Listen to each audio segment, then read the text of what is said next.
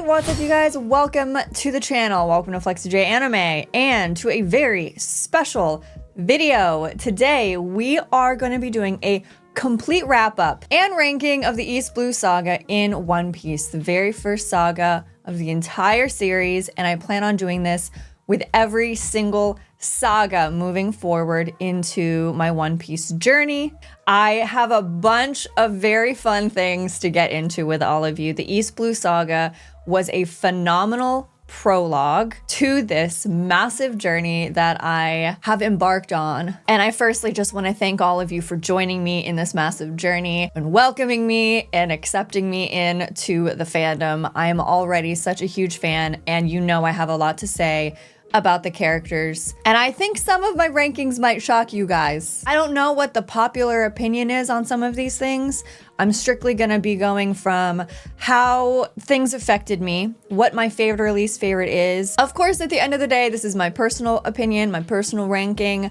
I really look forward to seeing your guys' engagement in the comments, giving your own rankings, whether you agree with me or disagree, and why. I honestly open up the floor for discussion. Okay? It took me a minute to put this together, guys. This was difficult. I had to make some tough choices, but I think I now feel confident enough to sit down and record this. And in the future, as we move forward, if you would like to see me add specific categories or rankings, definitely let me know. I can add stuff as we progress. But yeah, guys, let's dive in to Flexi's official East Blue Saga wrap up and ranking video. Guys, let's go.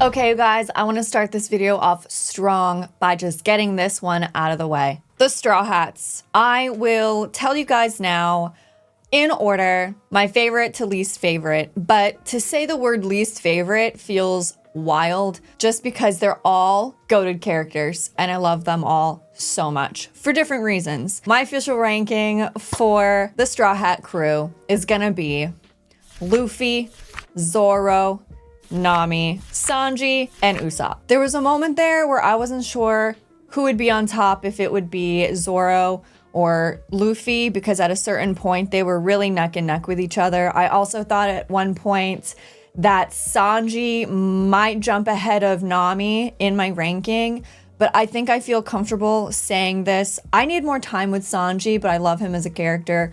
Nami is such an incredible character. I have to keep her there in third. And then Zoro and Luffy are so incredible. I love their bond, their relationship with each other, their individual characters. I had to put Luffy at the top because I'm so impressed with him as an MC. He's doing so many things that are different that I wasn't expecting. Luffy, Zoro, Nami, Sanji, and Usopp. And just because Usopp is last does not mean that I don't like him any less. It's just like, they're all so good. And I just want to say, even though Usopp is last, I still really, really like his character. So that's my official Straw Hats. I'm curious what your guys' Straw Hat ranking is and if it's similar, especially after you experienced the first saga. Next up, I'm going to get this one out of the way because it's super easy. Okay, you guys wanted me to rank the OPs and the EDs, so I'm gonna do that. But my ranking of the OPs, it's gotta be the first one, We Are. It's so goated. Number 2 will be the second one because, yeah, we just got 2. So simple. For EDs, it's the opposite, actually, even though I really love both of them. But I'm gonna have to say that the second ED is my favorite. I love seeing them as kids. The song is beautiful. I love how happy they look in it on the Going Merry. It's just an incredible vibe. I love it so much. It makes me smile every single time. And then the first ED will come in second place, but I just want you guys to know I still really, really like that one. I love that it starts off with Luffy and then gradually you see all the other crew members sort of fading in as they join him. It's a very beautiful ED. So I love both of them, but that's my ranking. It's time to get into the villains. I'm really excited about this. My most wanted from every saga is gonna be the character that irks me the most and that I can't even bear to see on screen or hear. My most wanted from the East Blue Saga is gonna be that mouse man from the Navy, Nizumi. Yeah, I didn't even know his name. Mouse Man, so frustrating. The way that he laughs, what he was doing in the Arlong Park arc, it just drove me crazy. And honestly, I gotta give a runner up. And let me know if you want me to do this. It depends, because I do feel like we're gonna get about 1 million characters. But my runner-up is that weird Pearl guy from Baratier. Completely irrelevant, so frustrating, just so stupid. The main villains, I'm gonna rank them from love to hate to completely useless. And I don't know if it's because of the lack of time that we had with the character, but I'm gonna have to put Captain Morgan at the end at completely useless. He didn't really do anything. He was at the very beginning. He didn't even really do what he claimed to do because he was actually just hypnotized. So I don't know. As a villain, as a character, I wasn't really impressed with Captain Morgan. Runner up for completely useless, in my personal opinion, Alvida, okay? I don't know. She showed up once at the very beginning with Kobe, disappeared, randomly got a devil fruit. Everything just slipped right off of her. She's a completely different person now. Sure, she helped out Buggy get his body back, and that's why she's not at last. I haven't really connected with her character, at least not yet. I don't know how much more she's gonna be in the show, what we might see from her in the future. But yeah, I don't really have any strong feelings towards her. Don Krieg is third, guys. Don Krieg! Yeah, he didn't really impress me as a villain, but he did give Luffy a good battle. He, I think, came up with different abilities as he went along the way and really grew from every single interaction with all these characters. He kept talking about how amazing he was, yet he lost all of his ships and all of his crew, and they're starving, and it's like, you've kind of lost, man. Smack dab in the middle, I'm going to put Buggy the Clown. I'm still trying to figure out how I feel about him as a character. He wasn't really super useful as a villain. I also don't love to hate him either, because sometimes he just doesn't feel like a villain, to be honest. He feels like just another character that I'm getting to know, you know? We got a lot of side time with Buggy the Clown. We have received more time with him than any of the other villains. So I'm putting him right in the middle just because I don't have an opinion either way on him right now. I like him as a character. In third, it's gonna be Captain Kuro, just because of his sheer genius and his smarts and doing the long term, that long plan, you guys. The manipulation, how he just like embedded himself into the family, how him and Django were literally the reason why Captain Morgan is a thing. He's a very interesting character. I also really liked his battle with Luffy. Second place is gonna be Captain Smoker. I really think that he's an interesting character. He's another one where I feel like I don't technically see him as a villain, kind of like with Buggy. I like both of their characters, and I feel like we're gonna learn a lot more about them as we go. We even got a small backstory. We saw him as a kid, seeing Gold Roger. I love the moment where Luffy was almost executed and Smoker realized that he smiled just like Gold Roger did. And I love his devil fruit. I think it's really cool. He's probably the only Marine that doesn't like completely piss me off. So I find him really interesting. So that's why he's in my second. And so obviously that means Arlong, of course, is number one. Best villain of the entire saga, best villain of the East Blue, which is fitting because of his reputation in the East Blue. He was a really amazing character that you feared and had a lot of different battles and a lot of moments with our whole crew, and how that whole arc escalated. It was all just really well done, and I like him as a villain. I do, a lot. So he's my favorite villain in the East Blue Saga. I love to hate Arlong, guys. Okay, I'm gonna have a couple fun segments here. One of them coming up now. The next one is gonna be, who do I wanna know more about? What character is intriguing me the most that I really cannot wait to learn more about? This was sort of a toss-up between several characters, but ultimately I decided on Mihawk. I think that him just cruising around on this plank of wood with this massive epic sword, his relationship with Shanks, how he is the strongest swordsman in the world. I have so many questions about his character, and he just intrigues me a lot. I'm also really curious about the warlords and everything revolving around around, I don't know, him and the warlords and that whole story. So I'm excited to learn more about that. Excited about his relation to Shanks and how he became the strongest swordsman in the world. And where the fuck is his ship? Like, why does he not need one? Like, I have a lot of questions about Hawkeye, Mihawk. The next segment is gonna be top 5 standout characters within the East Blue, and this cannot include any of the Straw Hats. These are gonna be 5 characters that had an impact on me and that I'm looking forward to seeing in the future, and how they also impacted our crew. This is in no particular order at all, but I'm gonna start off top 5 standout characters in the East Blue Saga. Zeph, baby. Redfoot Zeph, so cool. Learning about his backstory, his connection with Sanji, how he now runs the Baratier. Everything about Zeph fascinates me. He's definitely a big standout character in the East Blue Saga. I'm hoping to learn more about him in the form of a flashback. His character, I think, had an impact on multiple characters that I love within the story. The next one is Gin.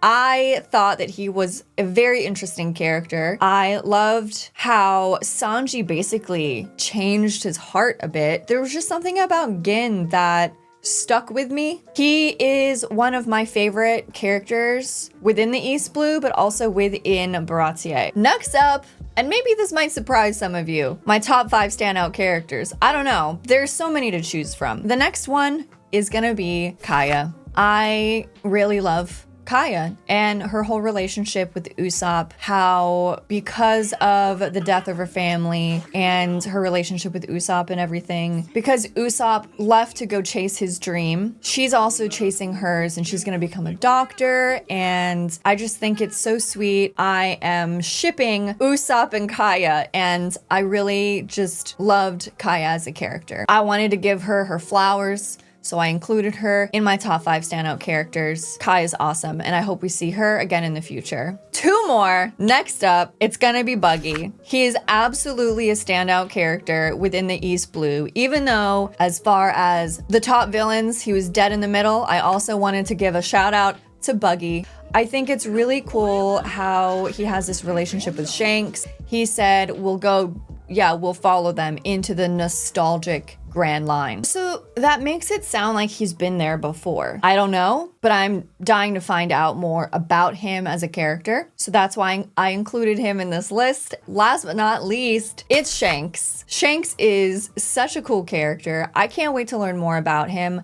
I feel like we've only gotten like the tip of the iceberg, to be honest. The impact that he had on Luffy as a character is it's astronomical. The reason why Luffy is the way he is. I'm curious to learn more about him, to learn more about Luffy, obviously, and their relationship. But yeah, I cannot wait to learn more about Shanks. Those are my top 5 standout characters of the East Blue Saga. This was very difficult to decide because there's so many beautiful characters within this saga. Next up is going to be my husbando, and well, there's like waifu, but I think I'm gonna change it to favorite female character because honestly, I thought about it and I was like, I don't know if I have one from the East Blue, but I know I do have a favorite female character. So I'm gonna do that. My husbando is Zoro. Yep. It officially happened towards the end. I've decided that with these categories, it can be any character, not excluding the Straw Hats. And so that's gonna be that.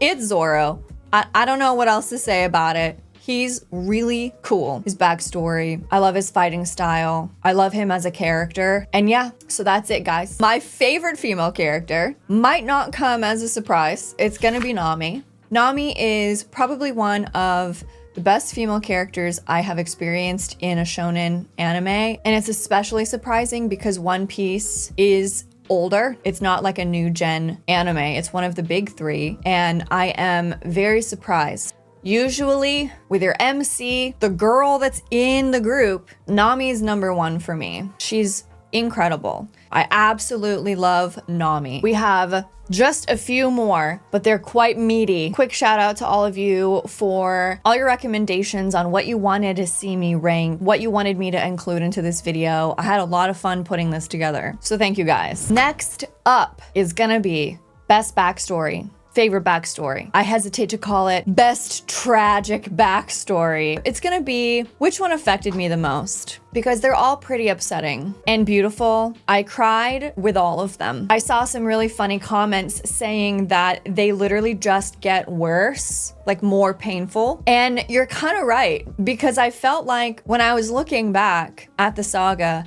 it did. We kind of started with Luffy and Shanks, right? We didn't get a lot of Luffy's backstory. Then we got Zoro's. Then we got Usopp's, Sanji's, Nami's. I feel like it kept escalating. I'm going to briefly rank all of their backstories. Let's have a conversation about it. Which backstory affected me the most? Was Nami's. It was Nami's. I don't know if it was the way that it was told. Maybe a combination of the way that it was told, the amount of time that we had with it as well, the whole story with Bellamere, her sister, the town, what happened to everyone, and then what happened to her and how she was taken, how she survived, and how through her cunningness was able to achieve so much. It was really upsetting to see how much she had to go through at such a young age. And yeah, you guys can get into it in the comments down below. I think you know how I feel about it. But yeah, Nami's backstory is number one for me. Another reason why she's one of my favorite female characters and why she is third in my ranking of the Straw Hats. Number two, runner up to Nami's. It's gonna be Zoro's. I loved learning about Zoro's backstory so much. The meaning behind the katana that he puts in his mouth every single time he is using his three swords technique, the Ichimanji, where that comes from, what happened when he was also so young, his determination to be better, and then the whole trauma with Kuina. It really affected me a lot, and he holds that with him to this day and is the reason he is who he is. And I just love that so much about his character. And he's fighting for more than just him. He's fighting for her as well. He's fighting for a lot of things to become the best swordsman in the world. And I feel like her death is just always weighing very heavily on his shoulders.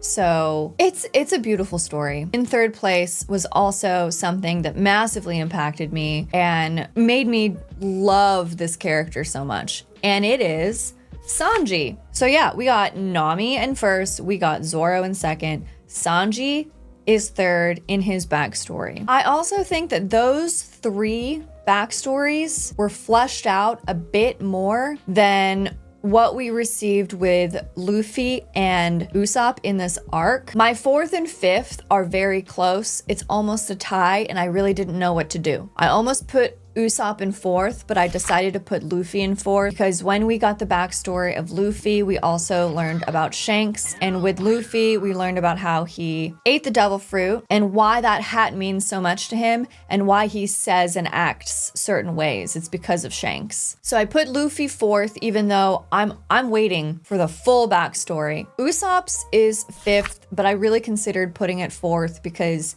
it was the first time that I cried during the East Blue Saga. It was Usopp's moment, but I had to go back and really remember and separate Usopp's backstory from Usopp leaving the village and joining the Straw Hats. I think that moment made me cry more than his backstory itself, but I love how his backstory really shapes who he is as a person now as we see him. I mean, obviously, it does that for all the characters. And I loved Usopp's, but I'm gonna put it fifth. That's my ranking of their backstories. Moving forward within the sagas, you guys will have to let me know because I don't know how many backstories we're gonna get. If I should do total backstories, like maybe when I go into the next saga, I can still include the Straw Hat Crew's backstories, but then add in additionals. If we get, I don't know, new members or new characters and we learn about them and their backstory, should I rank those or should I continue adding? Because I don't know how many backstories we're gonna get, guys. Let me know in the comments. I would love your opinion and advice moving forward for the next saga. Okay, next up is something you guys have probably been waiting for. We're gonna dive into ranking the arcs now and also what island that we visited that was my favorite in the whole saga, okay? In last place, because there's 6 if you're not including the filler, and Buggy's adventure, which was from a cover story, so I'm not including that. The main arcs within the saga. Last place is going to be Orange Town. That's where we met Buggy. We also kind of met Nami too, and it was Luffy and Nami and Zoro. We got that really sad moment with that dog. That was the first moment where I was like, oh my God, what am I watching? Ouch. But I'm gonna put it last just because when I look back at all of the arcs, how they affected me, what happened at the island, what happened with our characters, it didn't leave like a major impression on me. 5th place is gonna be Romance Dawn, partly because it's so short. It was only like 3 episodes, but it did have more of an impact on me and I liked it more than Orange Town. We got Zoro in there. We also got the flashback of Luffy, the hat, and Shanks, and we met Luffy. I mean, come on. We met Luffy and we met Zoro, who were my 2 favorite characters. Romance Dawn was an amazing place to start. So that's in number 5. Number 4, this might surprise some of you, but it's gonna be Log Town. Yes, it's where we ended, and it's a very important island. It's a very important town. But as far as the arc goes, it was shorter and there was some filler within that as well. The episode that focused on Usopp and Daddy, which was so weird. And then Sanji and the cooking. One of my favorite moments was Zoro getting his swords, to be honest. And then Luffy's execution, the fact that Buggy was there, realization that that woman is Alvida, how Buggy returned, and the introduction of Smoker. So a lot of cool things happened. But overall, I think it fits pretty well at 4th place. 3rd is gonna be Syrup Town. Yeah, I know. You probably thought that this was gonna be lower.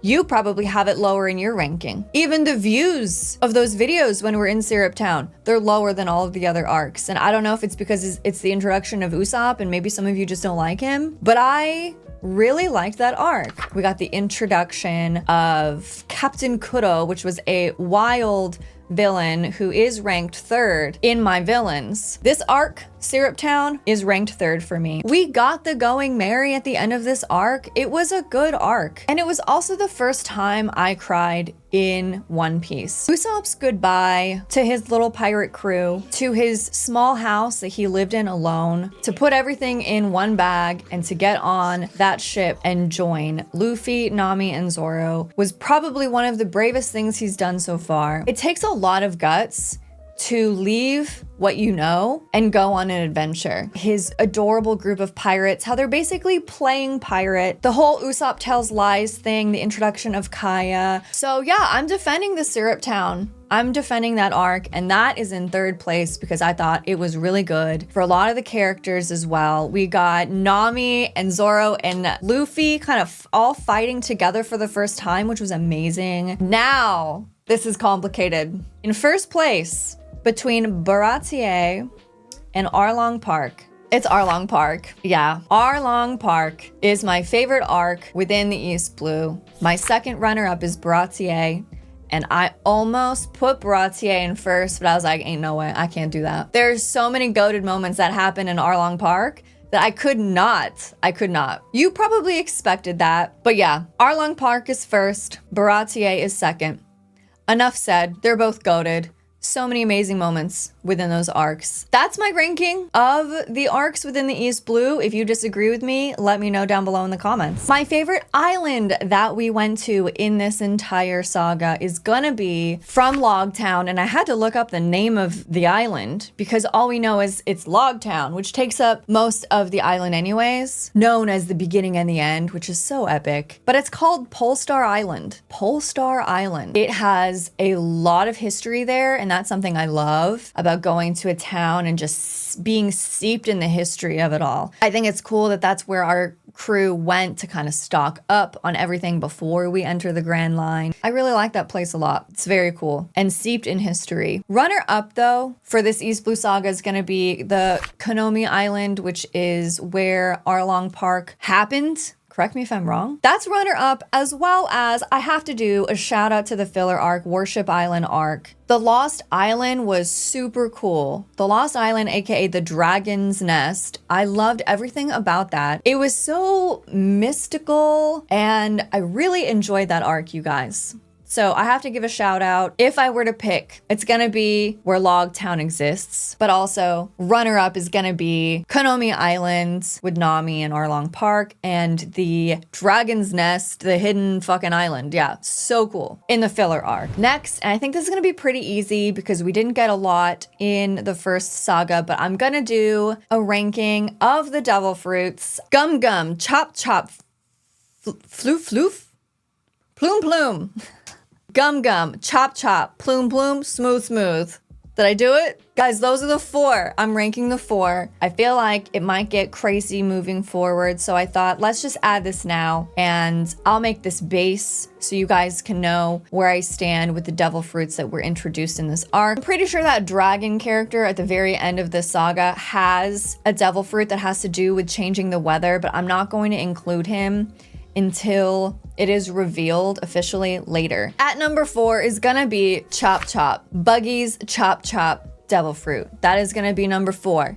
Number 3 is gonna be Alvida's Smooth Smooth, because I gotta be honest, the fact that like all her body fat just slipped right the fuck off and she's a completely new person, and then whenever you attack her, everything just slides off is really cool. My number 1 is Smoker's Plume Plume. I can't, guys. It's very cool. While I absolutely love Luffy's Gumu Gumu and it's so legendary, the fact that he can change any part of his body into smoke, he can grab things with it, he can evade things with it. It's really, really cool, and I love how it looks as well. That's also one of the reasons why I like Smoker as a character. He has my favorite devil fruit. I think moving forward with the devil fruits, I'm gonna just keep these 4, but then expand every single saga by adding more and more devil fruits. So maybe Smoker's Plume Plume won't always be my number 1, but it is here for this saga. If you want me to, I can do that, but then I can also give you guys my ranking for the next saga. Like, okay, what were my top for that saga? And not include the ones that we already learned about. And then I can also do an overarching, all the favorite devil fruits. Let me know in the comments below. Maybe I can do both, just to be fair for every saga moving forward. But like I said, I'm not really sure how many devil fruits are gonna be introduced. This is baby days. I just finished the prologue. We only have 2 more rankings today. And I saved a pretty big one for last, because I feel like out of everything we've talked about, I wanted to end with my favorite moment from every Straw Hat crew member within the saga, and who was the MVP of the East Blue Saga. So that's how we're ending the video. Let's get into it. This was so difficult. A lot of this was difficult, but this is challenging. What was my favorite part, my favorite moment from each Straw Hat member? This isn't gonna have anything to do with their backstories, because we already talked about that. I already ranked their backstories and what I thought and how they affected me. We're gonna be talking about moments that these characters did that were just peak.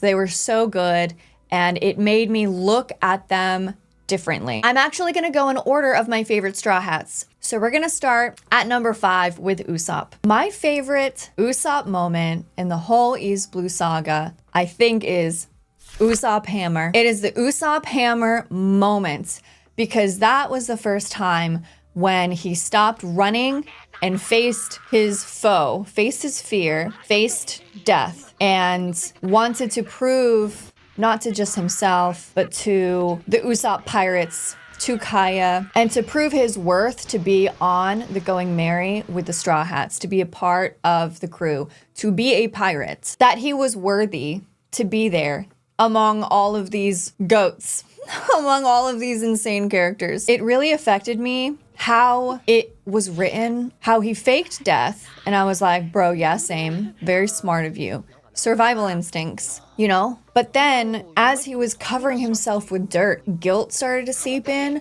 as he was trying to think of what excuse he would use. I don't know, when you were a kid, if you ever accidentally made a mistake and you wanted to cover it up or make an excuse or like lie, like a little white lie that you didn't do it, but then you feel guilty about thinking those thoughts, like you're trying to have a cover up. So that's what he was doing. He was trying to cover up his tracks, make a story. Meanwhile, while all of that was happening in his head, he was being reminded about how Zoro puts his life on the line constantly, what Luffy is fighting for and how he does as well. Nami, Sanji. It was a beautiful turnaround moment where he decided to face his foe. He got punched in the face, could have died, and it was his first real moment fighting an enemy one-on-one. Guys, this was so hard. Standout moments for all of these characters. Like, I love how Usopp also protected Kaya as well. Like, so many different moments. But that was my favorite one, was the Usopp Hammer moment where he decided it's time to stop pretending to be a pirate and it's time to be one. That was very powerful. Number 4 is Sanji. I'm gonna go with my favorite moment in the entire saga is when he offered Gin a meal. That was a very powerful moment for him as a character for me. I could have gone like, yeah, okay, it was when he said thank you to Zeph and left, when he realized his dream again, or when he decided to go off with Luffy. But honestly, when I sat down and thought about it and what really affected my feelings, my personal feelings towards Sanji as a character, another moment that stuck with me was when Sanji saw the sadness in Nami's eyes, and when he verbalized that, I thought that was beautiful. Sanji just surprised me in a lot of different ways, but that, I think, is the moment where I was like, okay, I like this character. Out of the kindness of his heart, and because someone was hungry, he made a meal for them, and he fed them. It's one of my favorite Sanji moments. And yeah, so I had to pick that. Moving on to Nami, and my favorite Nami moment of the entire saga. Her leaving the island made me sob and saying, oh my God, saying goodbye and then leaving. That was beautiful. But I think when I was trying to figure everything out, when I was like, wait a minute, is she a part of the Arlong Park Pirates? Who is she deceiving here? I have to give a shout out to this moment. I'm going to choose the moment where she stabbed her own hands in order to save Usopp's life. She was putting on a whole act, because if she didn't, if all this fell through, in that moment right there, because she didn't realize that she was being deceived by Arlong, it all would have fallen apart. All of her hard work, all the trauma she had to go through, every hardship that she experienced while she was stealing gold and treasure throughout her entire life,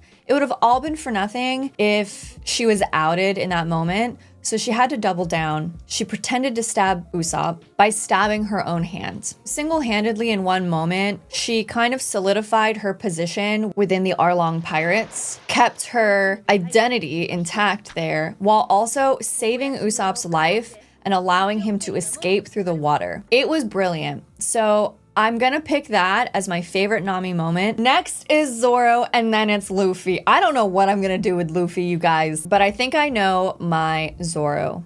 Top moment of the East Blue Saga. I almost picked the moment where he got his new swords because that was so sick. But there's just something very legendary that happened that I can't ignore. My top Zoro moment for the East Blue Saga, when Zoro was fighting Mihawk, which first of all was a massive turning point for Zoro in many ways. He was confronted with what he is aspiring to be, realized how much further he has to go, and also made that promise that he will never lose a fight ever again. And that moment when he was laying in that boat after he was saved, and he called out to Luffy and said that you are my captain, and he called him for the first time like the king of the pirates, and he promised Luffy that he will never lose again. That's my, what the fuck? How can I not choose that moment? How can I not pick that moment? What? I also feel like it's potential foreshadowing for anything that could happen moving forward. Every single time he's in a battle now, I think about that. The fact that he shouted out Luffy's name, the king of the pirates, I promise you, I will never lose a battle ever again. And I just love their connection. I love their friendship, their bond. What an amazing moment. For Luffy, oh my god. What am I gonna do? Wait a minute, I know what it's gonna be. Oh my god. It has to be that moment. Well, it's kind of a tie. It's kind of a toss-up. And this is also probably why Arlong Park is my favorite arc. And Arlong is my favorite villain. This is my favorite Luffy moment in the East Blue, is when he destroyed Nami's prison. He destroyed her cage. He completely annihilated Arlong Park. He annihilated her room, that desk. He put his treasure on her head and said, look after my treasure. I'm gonna go get yours. I'm gonna make sure that this shit is cleaned. He destroyed her prison so she could move on and make her dreams come true, so that the village can be safe. And so now that Nami can make her dream come true. The moment where he puts his hat on her and says, yes, I will, was so good. So good. Very powerful. That and him wrecking her room, her just standing there watching as that desk slowly descended. So powerful. Man, I cannot wait for the next saga to see what my feelings are about it, what my favorite moments are, what moments these characters have that stand out to me, that make me see them differently, that make me feel closer to them, or that make me learn something new about them, a moment that makes them grow. I cannot wait. Guys, let me know what you thought about everything I included in this ranking video, this wrap up of the East Blue Saga. I love the East Blue Saga so much. What a beautiful place to start this massive journey. The only thing left to do is to give you my MVP of the East Blue Saga. This was very easy for me to do. I don't know how difficult this might be moving forward, but for the very beginning, my MVP of the first saga of One Piece, the East Blue, is gonna be Monkey D. Luffy. Yes, he's the MC, but that's not why. The reason why is because of his dream and aspirations, because of his goals. He has created this crew and brought all of these characters together. He has helped so many people already realize their dreams and move forward and process their trauma and want to join him to also make their dreams come true. He made the Straw Hat crew a thing. We wouldn't have the Going Merry, we wouldn't have the Straw Hats if it wasn't for Monkey D. Luffy. He is my MVP of this first saga, and maybe it's gonna be difficult moving forward not picking him. Who knows? But maybe in some sagas, other characters will outshine him depending on their role in the saga, what is achieved, what happens, what the storyline is. But I have to say, in the very beginning, it is Monkey D. Luffy. He came out of a barrel from a whirlpool. I'm waiting on that backstory, you guys. And he changed lives, starting with the very first person he sees, Kobe. Kobe is following his goals and aspirations, his dreams, because of Luffy, because of that short time that they had together. I love that so much about Luffy. He allows people to make space for their dreams. He's the kind of person that leads by example, and then he supports their dreams. He has touched so many lives within the East Blue Saga, and he created the Straw Hat crew, which I hold very dear in my heart. And yes, that is my MVP for the East Blue Saga. If you guys have any runner-ups, anyone that you think that should get MVP instead of Luffy, or if you agree with me, please let me know down in the comments below, as well as everything else we talked about in this video. I really hope you enjoyed it. This took a lot of time